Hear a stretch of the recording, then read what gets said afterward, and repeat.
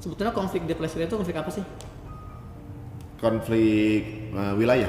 Wilayah kan. Ini wajar semua orang seperti itu kan. Ini salah satu narasi yang selama ini digunakan oleh mereka. Konflik di Palestina bukan konflik perebutan wilayah, bukan teritorial, tapi konflik eksistensi. Konflik eksistensi maksudnya apa? Kalau kita bicara misalnya konflik Kepulauan Natuna, jelas itu antara Cina dan Indonesia kan. Ya ini adalah konflik wilayah nih. Kalau Palestina enggak. Ini Palestina ini adalah satu wilayah yang ya dulu itu hidup damai ya. Dulu nggak ada namanya negara Israel kan. Iya. Bahkan sebelum tahun 1920 populasi Yahudi di Palestina itu cuma 5%.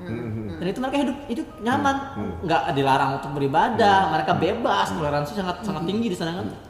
Tapi ketika setelah Sykes-Picot dari 1914 atau 16 itu kan, kemudian Inggris mulai menjajah Palestina tahun 1920, mulailah migrasi, eksodus orang-orang Yahudi ke Palestina.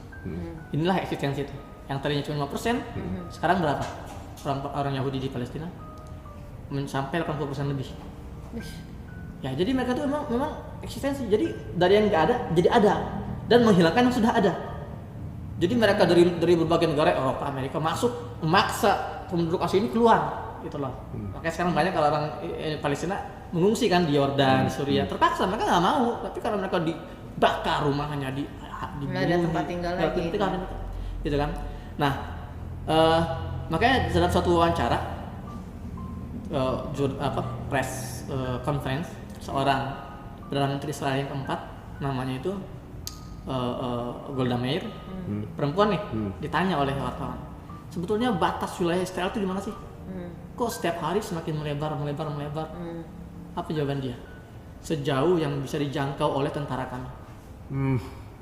Sampai sekarang masih nih. Iya. Jadi Gaza ini sekarang itu menjadi duri di kerongkongan mereka. Kalau Gaza ini tunduk, mereka akan melebar. Mungkin Mesir kena, mungkin Saudi kena. Selama tentara mereka bisa menjangkau, mungkin Indonesia kena. Kan itu jawabannya kan? Selama yang bisa dijangkau sejauh yang bisa dijangkau oleh tentara kami. Karena Gaza nggak takut. Karena Gaza ini nggak kalah-kalah, makanya. Ya, beberapa tahun silam ada pejabat tinggi Israel itu secara terang-terangannya menyampaikan dalam negosiasi dengan para pejuang Gaza, apa dia bilang? Kami akan angkat blokade Gaza. Gaza ini kan diblokade sejak 2006. Kami akan angkat. Kami akan bangunkan bandara tercanggih. Kami akan bikin pelabuhan terhebat untuk Gaza. Kami siap. Kami akan siap menjadikan Gaza ini negara semakmur Singapura. Dan Israel punya kemampuan itu, punya uang mereka. Kami siap. Satu syaratnya, wahai orang Gaza, wahai para pejuang Gaza, tanggalkan senjata kalian, menyerahlah. Kalau kalian nyerah, kita akan buka blokade, kita akan buka perbatasan, kita akan menjadikan kalian orang-orang makmur Singapura. Sederhana kan? Apa kata warga Gaza? Tidak. Karena yang sedang kami perjuangkan bukan tanah kami. Ini tanah wakaf umat Islam. Masya Allah. Yang sedang kami pertahankan bukan darah kami.